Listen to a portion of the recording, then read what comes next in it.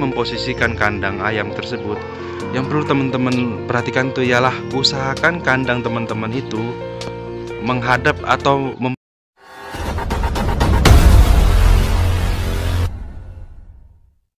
Assalamualaikum warahmatullahi wabarakatuh. Pada video kali ini saya akan menjelaskan beberapa kesalahan peternak dalam memulai beternak ayam kampung. Yang pertama ialah kesalahan dalam memilih bibit DOC. Perlu teman-teman atau rekan-rekan ketahui, dalam memilih bibit DOC itu tidak asal teman-teman. Tidak sembarangan beli bibit DOC yang asal-usulnya tidak jelas.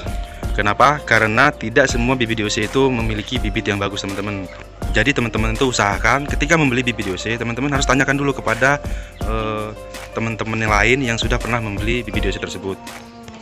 Tanyakan kepada mereka yang sudah pernah membeli, bagus nggak bibit DOC tersebut. Karena yang menentukan berhasil atau tidaknya kita dalam beternak ayam kampung ini adalah dalam memilih bibit tersebut. Yang dikhawatirkan bibit tersebut tidak memiliki kualitas yang baik, seperti lama dalam pertumbuhannya dan yang nafsu makannya kurang baik teman-teman. Jadi maka dari itu teman-teman harus pintar dan bisa memilah bagaimana membeli bibit DOC yang baik dan benar. Karena tidak semua tempat atau penjual DOC itu memiliki bibit yang bagus.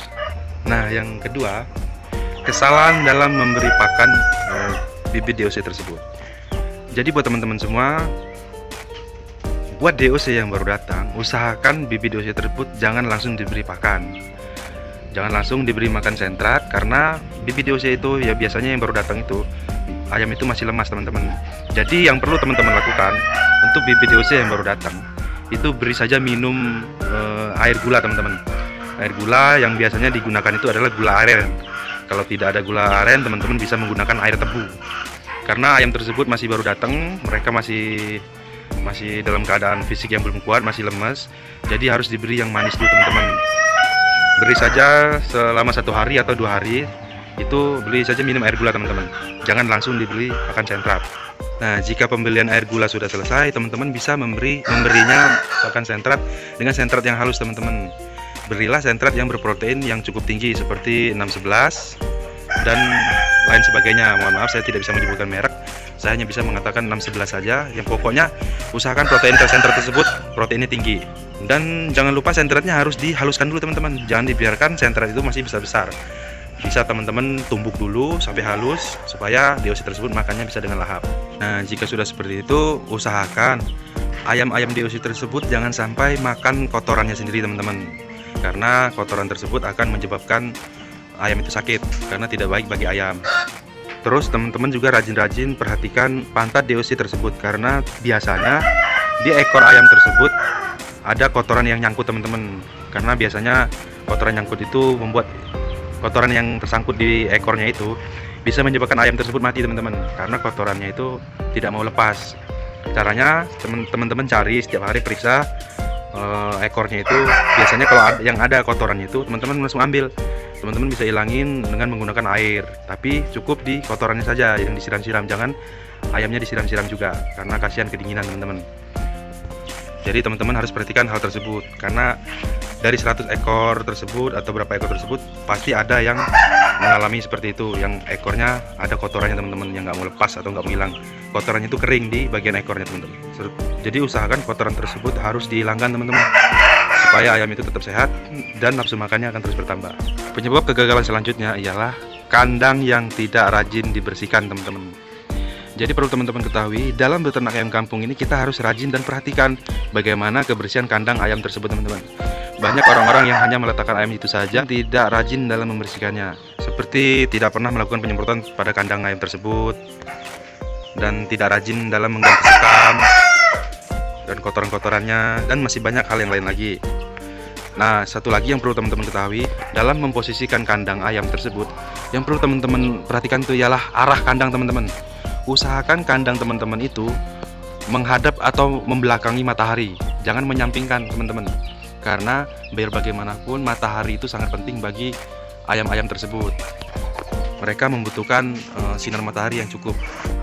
Jadi banyak yang saya lihat mereka itu membuat kandang itu menyampingkan matahari teman-teman. Jadi ayam-ayam tersebut tidak mendapatkan cahaya matahari yang cukup. Jadi saya sarankan untuk teman-teman dalam membuat kandang tersebut, usahakan arahnya itu membelakangi atau menghadap matahari, supaya pagi dan sore ayam-ayam tersebut bisa mendapatkan cahaya matahari yang cukup. Nah, untuk kegagalan selanjutnya biasanya terjadi dengan borosnya dalam pemberian pakan, teman-teman.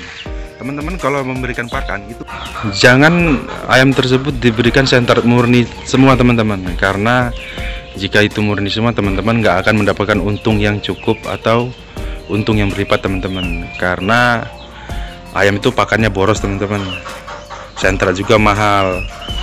Yang perlu teman-teman lakukan adalah untuk memberikan pakan tersebut ialah dengan cara dicampur, teman-teman. Saya ada tips atau ada ide.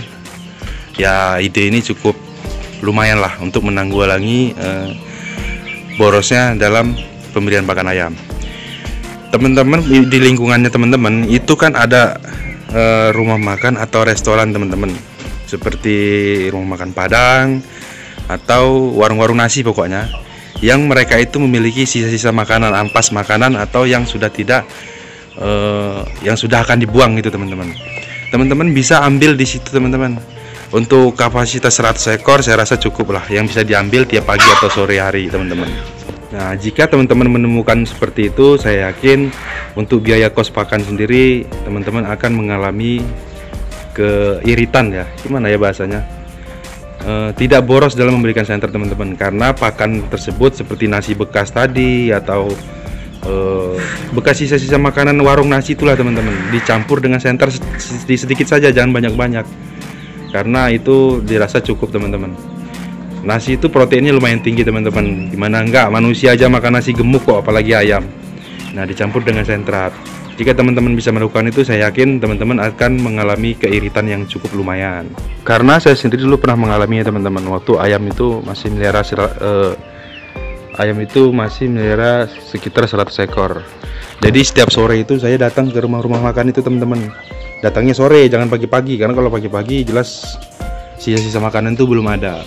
Jadi di lingkungan saya itu ada beberapa rumah makan yang setiap sore saya ambil bekas sisa makanan, teman-teman. Ya cukup lumayan lah, bisa untuk 1 hari. Besoknya saya datang lagi buat ngambil bekas-bekas sisa makanan tersebut. Ya cukup lumayan lah dibanding kita memberikan senter murni kepada ayam tersebut. Oke, sekian itu saja dari saya.